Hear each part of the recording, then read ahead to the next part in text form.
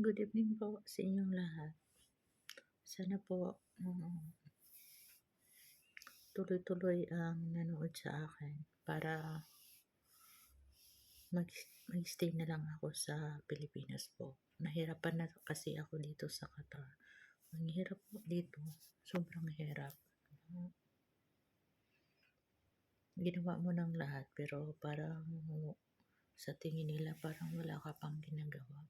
So, yun lang, nahirapan na ako. Sana Lord, kung nakita mo man ako, alam ko naman na lagi kang naggabay sa akin. Sana tulungan mo ako na umaangat pa yung channel ko. Kasi gusto ko na nakasama ko yung pamilya ko, buong pamilya ko, at saka yung goal ko dito, tumutulong ako sa kapwa kong Pilipino na kagaya ko na mahirap. Sana iangat mo pa. Taos puso ako nanghihingi sa iyo, Lord, na iangat mo ang channel ko. Kung nasaktan man ako dito, so okay lang para sa akin. At least, hindi ako na gumaganti. Ikaw nang bahala, Lord, sa akin. Salamat po sa iyo, Lord, na hindi mo ako pinabayaan hanggang sa dulo po. Lagi kang naggabay sa akin. So, nasaktan lang ako, Lord. Lagi ako, araw-araw ako nag-isip. 3 months na, Lord, na hindi ko na mag-gets kung para sa tingin nila wala na akong ginagawa dito. Sa sobrang tagal ko na dito, Lord.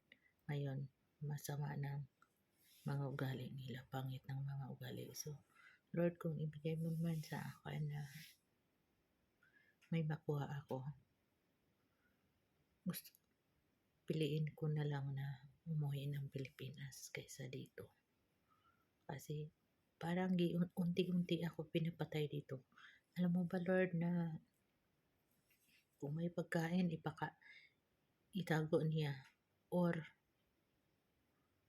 ipakain niya ng pusa yung pagkain or ipamigay niya sa kapitbahay. Hindi niya tirahan ako ng pagkain. Masakit man, Lord, masakit man, ayaw ko na lang na isabi sa pamilya ko. Kung kaharap ko yung pamilya ko, tumatawa ako pero may tinatago ako.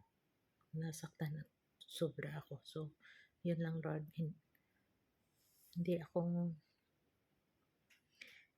na lang ako nagsalita pero nagtiwala ako na lahat na hiningi ko binibigay mo. Salamat, Lord, na binigay mo sa akin na ang daming nanood sa akin. Salamat, thank you, Lord. Amen.